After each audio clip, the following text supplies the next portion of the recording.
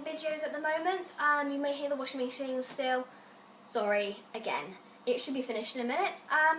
This is a quick review of Percy Jackson and the Olympians. I got this box set for Christmas, so you don't see it in my Christmas book haul because we got it a couple of weeks late.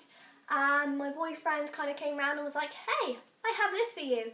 And I was like, oh. Let's start off with the first one. I started reading these in May and it only took me about a week. The first one to me was a reread though. I read it a couple of years ago. I remember reading it on my way to Longleat, as you do. And I enjoyed it, but the first time reading it was probably better than the second time. And it was a good way to start the rest of the series off for me with the familiarity of the first book. Second book, Sea of Monsters, for me, just the Percy Jackson experience began. The character for me that made the book was Tyson. Now, if you don't know, Tyson is a Cyclops, and I have to say he's probably the most cutest Cyclops I have ever met. To me, this book was all about him. Every time he comes into a book now, I become ecstatic and can't wait to hear something from him because he's just so amazing in this book and I love him to pieces. The relationship between Tyson and Rainbow was so cute and I was just the whole entire time. I really enjoyed it. The Sea of Monsters was good build up as well to the rest of the books, and the only issue with it is I want to now see the film. But I know that's a bad idea because I've heard so many bad things about the film. And for me, at the moment, the Percy Jackson needs to be turned into a film all over again and we ignore the ones that are made because they were just bad. Bad. We need better Percy Jackson films that make the book what it's worth. Anyway, third book. Third book is The Titan's Curse. Now, Titan's Curse, I didn't write much of a review on Goodreads for this and I can't remember a lot of it, but my one word was Bessie. Now, I loved Bessie. The little storyline with Bessie really, for me was so cute, and anything cute in this book just stands out and I'm just like, eee! Like a little girl, because that's what I am, a little girl. What else I wrote was a reveal and an exclamation mark. So there's a big reveal in the third one that gets me all, ah! Because that's what Laura does when she reads Percy Jackson, screams a lot. The series seems to be getting better as it goes along, and I struggled to choose which book was my favourite in the series. All the books I completely adore.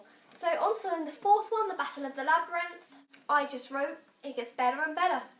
Because it does, and there's a lot of humour and there's a lot of wit in it, and it just makes it all more interesting. The characters for me were also really good and it's just amazing. That's what I'm going to keep saying, it's just amazing, because it is. It is amazing. It's an amazing series, it's an amazing world. Now, final book, The Last Olympians, and as you can see I'm trying not to spoil anything for you guys because that would suck if you haven't read the rest of the series and you want to hear about them and how good they are, because that's what I'm going to say. I'm not going to be saying they're awful because they're not, they're good. Okay, so my review of the last one consists of L-O-V-E. I love this, I'm not even kidding. The big thing for the series is the Greek mythology. It's enticing, it's intriguing, it's interesting. It's just, the Greek mythology is, it may not be perfectly correct, but it's very well researched and it's very good for me who doesn't know a lot about Greek mythology but still loves it, and for kids who want to learn more about it, it's a very good learning tool in all honesty. Now, plot-wise, this was completely action-packed. I loved the way that they did the plot and the reveals were so cool and I love it. It follows a great journey between amazing people. The people in this, the characters were amazing. The journeys are between friends, they're between enemies, and they're between, most of all, family. If you guys have read any of the books, you know it is about family, and it's a bit of a dysfunctional family, but it's a big family. That's all I can see this as, it's just a big family. These books, especially the last one, considers all the ups and downs. I laughed at the end of the last one, I cried. I was rooting there for the people to win and the victories. It took me into the world and I was very much there, fighting with them, as you do with my sword and my armour. I was there. But yeah, the characters, and it just had me gripped all the way, and I really loved all the humour and wit. Literally, it was amazing. For a book series that is aimed at younger children or younger teens, it very much has a lot of meaning behind it. There are a lot of levels to this story, and to me it's suitable for a lot of age ranges, not just for young kids. My favourite characters in the series, I don't have a favourite characters, but the characters to me that every time they came up I was excited for, as you probably already heard, Tyson, I loved Rainbow, I loved Blackjack. Most of the mythical creatures, the good ones, I loved because they were so cute. And oh, Mrs. O'Leary. I had a librarian at school called Mrs. O'Leary, and every time Mrs. O'Leary came on, I was just like, I love this dog. Well, it wasn't a dog, it was a hellhound, but I loved him. The reason why I mention all the little characters in this book is because at the end, the book teaches that the little people are the people who matter. And in the words of Dr. Seuss, a person's a person no matter how small. And I love the way the book series teaches you that everyone matters, everyone has a role to play, and it sort of creates a sense of community in the books. I'm going to give you a quick overview plot from what I can without spoiling anything. Now, Percy is a half-blood. A half-blood is where the Greek gods have had a little fun time with the mortals on Earth, and they've created these characters in the book that are called half-bloods, half mortal, half god.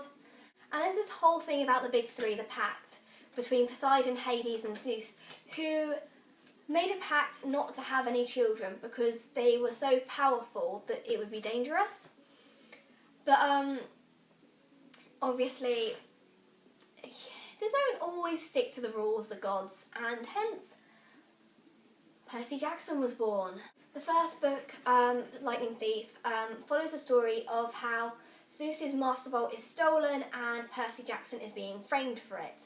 Now, I want to give you the rest of the storylines, but it obviously will spoil it, and obviously there's some conflict and things like that and adventure. Throughout the whole series there's this big prophecy predicted by the Oracle that follows the whole entire series that they're working towards at the end, and it's really intriguing to see what the Oracle actually means and sometimes how they misinterpret what the Oracle means. So, this series sees the battles between the Greek gods, the monsters and the titans as well, and I just find it amazing because when you think about it, all these books are beautifully written, and I can't wait to delve into more of the Olympian series and even more of Rick Riordan's other books, because I really enjoyed reading these, and they're not just for kids, trust me. So I'd highly recommend them, and I love these books. So that is my review of Percy Jackson and the Olympians.